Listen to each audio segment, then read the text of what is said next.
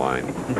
If somebody can bowl a 300 game during our television series in its 23rd year, I'll be proud to give them $50,000 from True Value. 15 strikes in his first 17 frames. It only takes 12 strikes to get 300, Chris. Yeah. If we could just put those together. Yeah, Bo had 10 in the first. Now, 6th frame for Nelson Burton.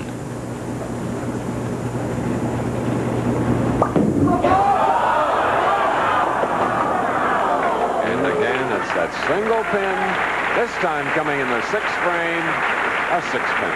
And Chris, this released the ball a little bit too early that time, earlier than he really wanted to. Dropped it, pulled the ball at the same time, and causing it to go right to the nose and leaving the 6 pin.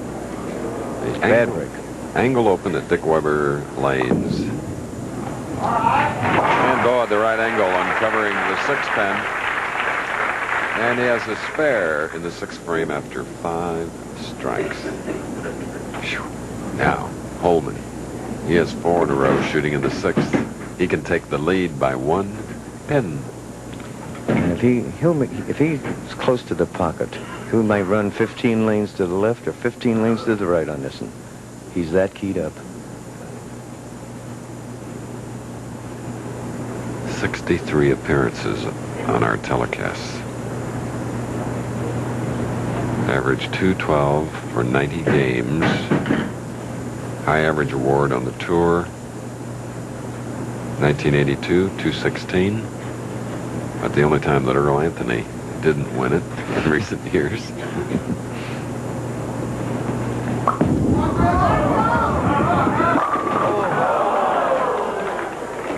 He released the ball real early, got the ball on the thumb hole, but the ball rolled so heavy it wrapped that 6 right around the 10. Couldn't believe it.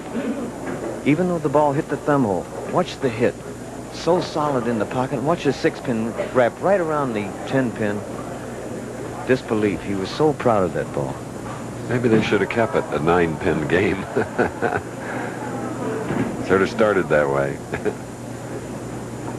And I make that comment because in June 1 and 2, the Bowling Hall of Fame will open here in St. Louis. Spare for Marshall Holman, trailing now by 10 pins, where he could have taken the lead by 1, leaving that single pin. Chris Marshall's had 6 bowling balls in the pocket. Nelson Burton's had 5 out of the 6 in the pocket.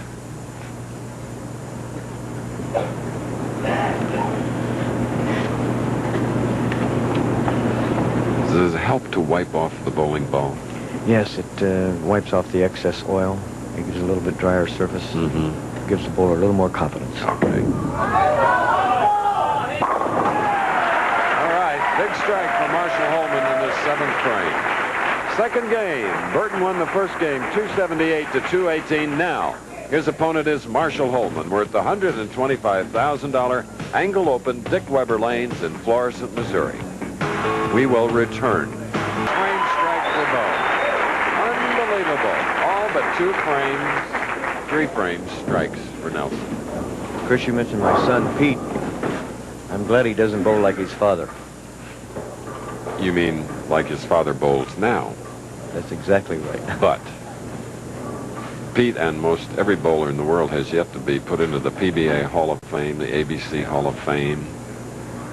4 BPAA All-Star victories. Hey, you were pretty great, Dick. Very fortunate. He's also from Indiana, folks.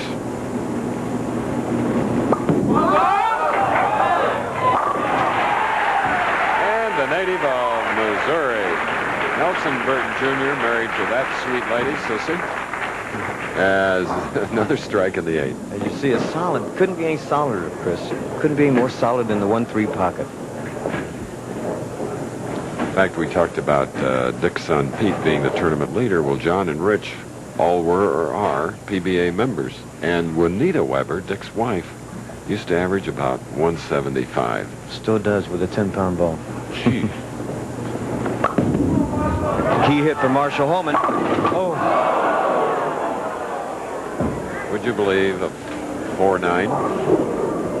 Couldn't throw the ball any better, Chris. It's just one of those bad breaks. Everything is going against Marshall. As you see the ball entering the 1-3 pocket, solid. 2-pin wrapping around the 4, and the ball going to the left side of the 9-pin. And the odds are 4-1 for a professional to make this. But if there's anybody in the world that can make it, it's Marshall Holman. And really, it's a must situation to go for it.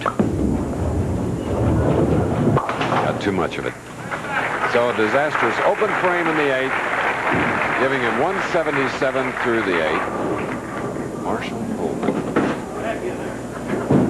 Again, Chris, that right lane is what cost Marshall Holman the possibility of winning last year here at the PBA Open that we had.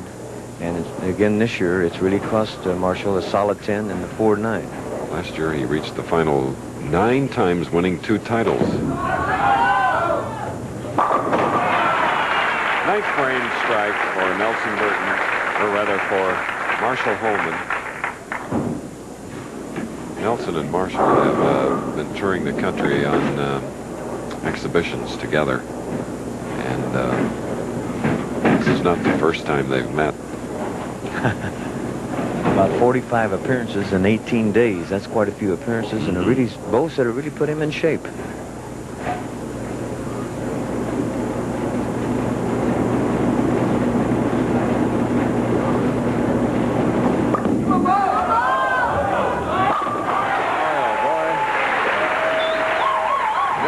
Burton Jr. has increased his lead to 42 pins. When you throw the ball and back up, just as Bo Burton did, relaxed, you know you've got it all. There you see his U.S. Open and Master titles.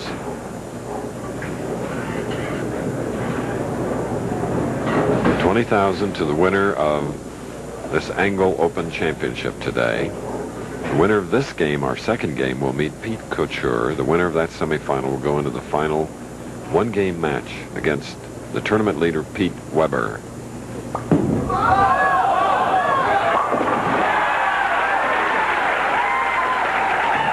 These St. Louis, Florissant, Missouri fans are having a field day. Imagine if Bo could keep bowling as he has here in the first 2 games and then get into the final against another St. Louis bowler, Pete Weber.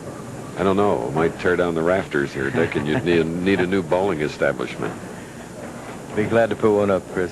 You know, interesting note about Bo. He qualified 11th, dropped to 21st. After he dropped to 21st, he told me, Dick, he says, I'm going to win this tournament. I've never seen pins fly. Those almost went out of the house. Happy young lady, isn't she? There you see that ball as solid as can be. Just everything's perfect. All 10 pins in the pit. You know who's really happy is Dad Nelson Sr., the great Hall of Fame bowler, and Nelson's mom. They're the big rooters for this 41-year-old champion. And they're viewing today, and we'll say hello and congratulations to them. Fine family. A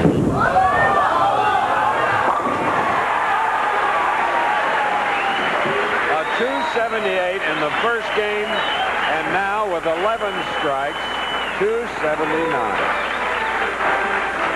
Incredible. Couture is next for Mr. Burton. We'll be back.